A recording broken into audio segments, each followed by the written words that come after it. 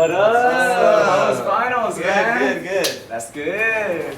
We're freaking done with finals. Heck yeah. So how was League Park finals? It was hard. Oh, the park finals.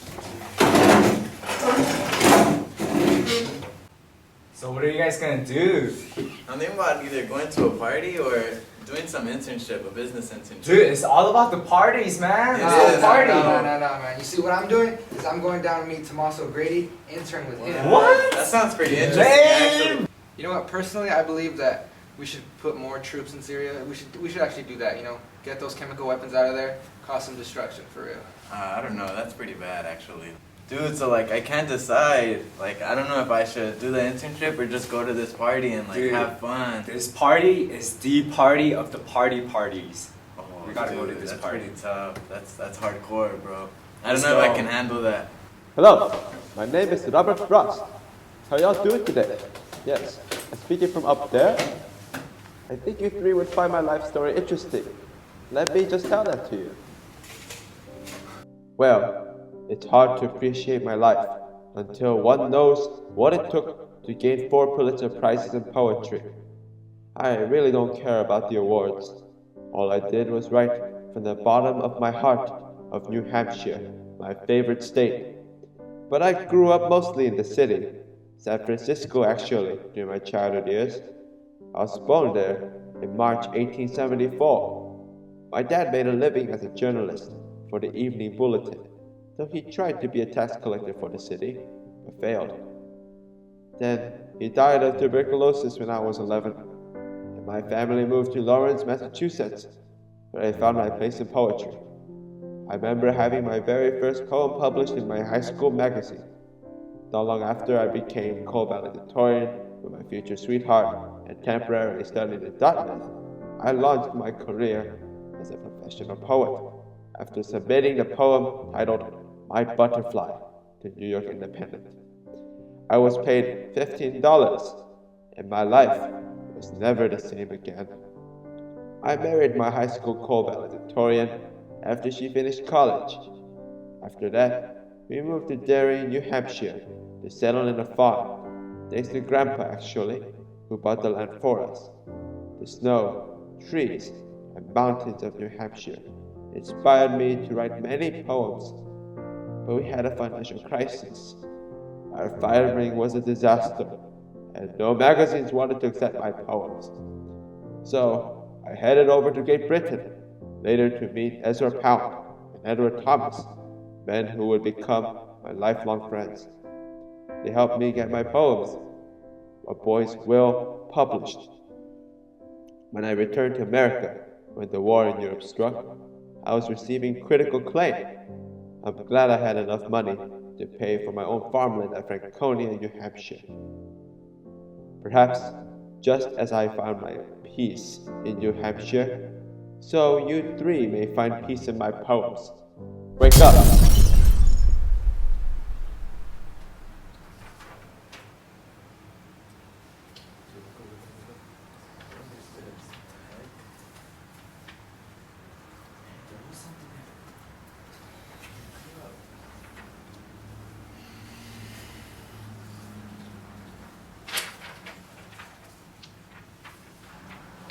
Dude, what did you get?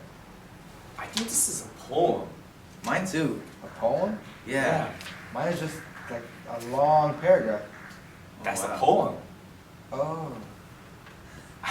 I got Fire and Ice by Robert Frost. Mine says Road Not Taken by Robert Frost.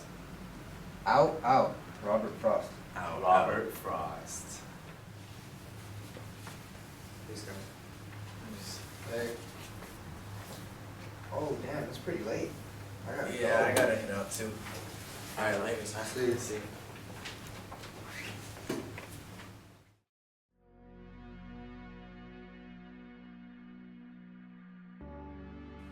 Some say the world will end in fire. Some say in ice. 2 roads diverged in a yellow wood, and sorry, I could not travel both.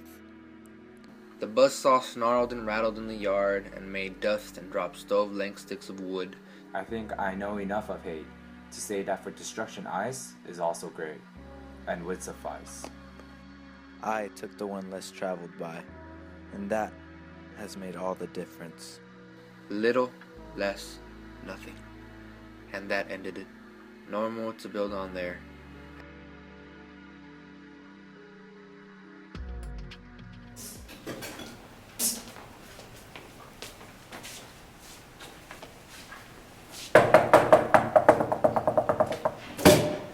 How you been? How you been? Dude, what did I just see? Dude, nothing. So, what were you guys doing? Nothing. I was just reading poetry. I could not put it down. Dude, Me too. I've been It's reading fun. my poem like all day long, like everywhere. Dude, I'm actually having second thoughts of my life. Seriously, yeah, me too. Like, I don't think I'm a party anymore. What? Yeah, coming from me, I think I'm gonna go to church. Church? Yeah. That's a big change. What about you guys? I mean, I used to encourage violence, you know, and stuff like Syria, but after reading Out, I kind of want to be an activist, you know, against child labor. So what about the poem made you feel that way? Well, I mean, Out kind of uses a technique that Miss Lee Park taught us. It's called personification, I think. Yeah, personification. Yeah, giving something human characteristics. Well, in the poem, a saw is given the characteristics of a human. So what it does, it jumps out at a boy's hand while he's doing like manual work, and it severs his hand off completely. What the heck? So That's pretty It's pretty crazy. cool. what that made me think is children should not be forced to work in that condition. You know what I mean? So that's why I want to be an activist, perhaps, you know, help these kids out, you know, ban child labor laws and stuff like that. This is Oh, wow. true. It's pretty crazy. Interesting. Hey Joe, what was yours about? Mine, it was pretty crazy. It like related towards the Bible, right? Like it talks about the devastation of the world. So it like alludes towards the revelation in the Wait, hold on, Bible. I think that's called an illusion, bro. Yeah, there we go. There you go. Alright, It was pretty crazy, so kind of like struck fear in me, so I think I'm gonna go to church. I don't want to sin anymore. Church? Church. Wait, but what about the poem made you get all scared like that? It talked about the end of the world. Like how the world will end in fire or ice. Oh, What? that's Yeah, so interesting. that That's kind of crazy. like shook me It's up. talking about global. So what was yours about? Mine was about like two roads diverging, and it's kind of like it's an extended metaphor for like choices in life, you know?